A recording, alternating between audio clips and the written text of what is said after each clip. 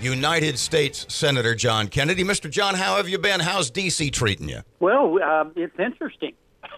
Well, I watched your hours and hours of hearings. That sounded like fun. Well, it was very interesting, Erin. Judge Gorsuch has obviously been nominated to be on the United States Supreme Court. If he's confirmed, and I think he will be, he'll be there for life.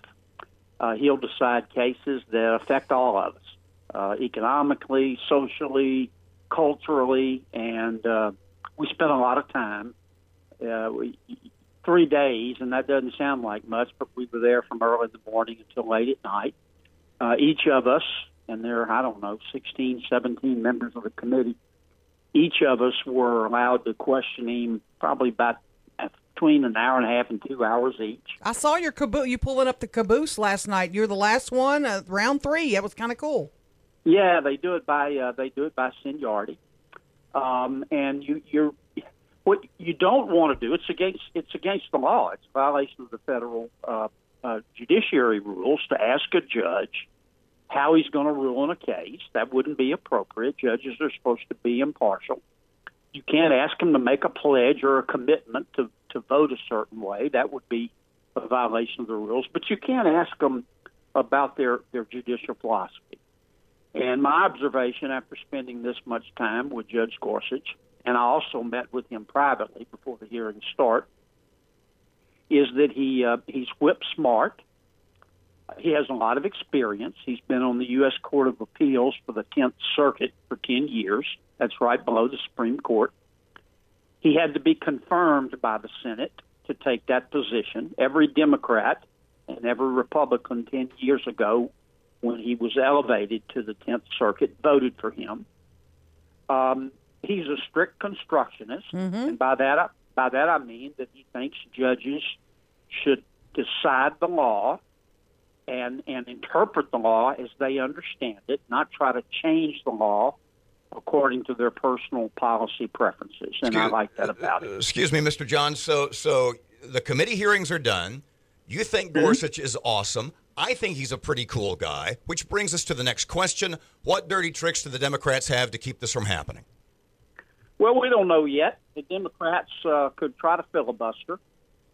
We have another 2 days of hearings. Today and tomorrow, we're going to start hearing witnesses, both pro and con, Judge Gorsuch.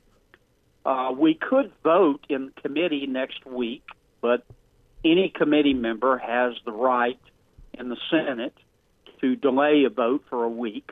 One of the Democrats, actually several Democrats, have exercised their right to do that, and it is their right, which means that we will be voting in the committee on Judge Gorsuch, not this Monday, but the following Monday, and after that, his name will go to the Senate floor. Explain to everybody before you what the nuclear option is. Well, under the rules of the Senate, any senator has the right to filibuster. So, for example, if a senator from, let's say, New Jersey decided to filibuster Judge Gorsuch, that senator or his colleagues or her colleagues could start talking, and they could just talk forever, and at least for the rest of the session, and prohibit us from considering Judge Gorsuch. What a waste of our money and time. Well, it's a rule that goes all the way back almost to the beginning of the Senate. I know. And the Dems are threatening to filibuster, and you need, 60 votes to stop the filibuster, right? You need 60 votes to stop the filibuster, unless the majority votes not to allow a filibuster for a Supreme Court nominee. The Senate is reluctant to do that, I can tell you, because in the Senate, minority rights are important. I mean, every senator's vote counts, and even if you're in the minority, you have the right to have your views be heard. But Senator McConnell, who's the majority leader, in effect makes that decision. He's not said what he will do. I think we'll pick up some Democratic votes. I don't know if we'll pick up 8 Democratic votes, but I'll tell you this: no reasonable person could spend time with Judge Neil Gorsuch and not be impressed with his integrity and his intelligence and his understanding of the role of a judge. Now, you may not agree with him, but he's clearly qualified to serve in the United States Supreme Court. Let's switch to health care a minute. There's some 20-some Republicans that are saying they're going to oppose the GOP bill to replace Obamacare. Do you like the current bill that the GOP's putting forward? And what are you hearing about this House bill that they're going to vote on later today? What's the inside scoop? It's going to be a close vote. I know that. I'd have to rate its chances right now in the House about 50-50. I want to be very clear about what I'm going to do. I am going to vote to repeal Obamacare. I am going to vote to repeal Obamacare. It has hurt the American people. We can do better. Would you vote for this package? The bill going through the House has been amended, and it is better. It's not where I would like it to be yet. If it passes the House, it will come to the Senate. We will amend it some more. But if the final product is, in my opinion, better for the people of Louisiana than Obamacare, I'm going to vote for it. What needs to be added to what's there? What's critical for John Kennedy? Or taken away. Mm-hmm.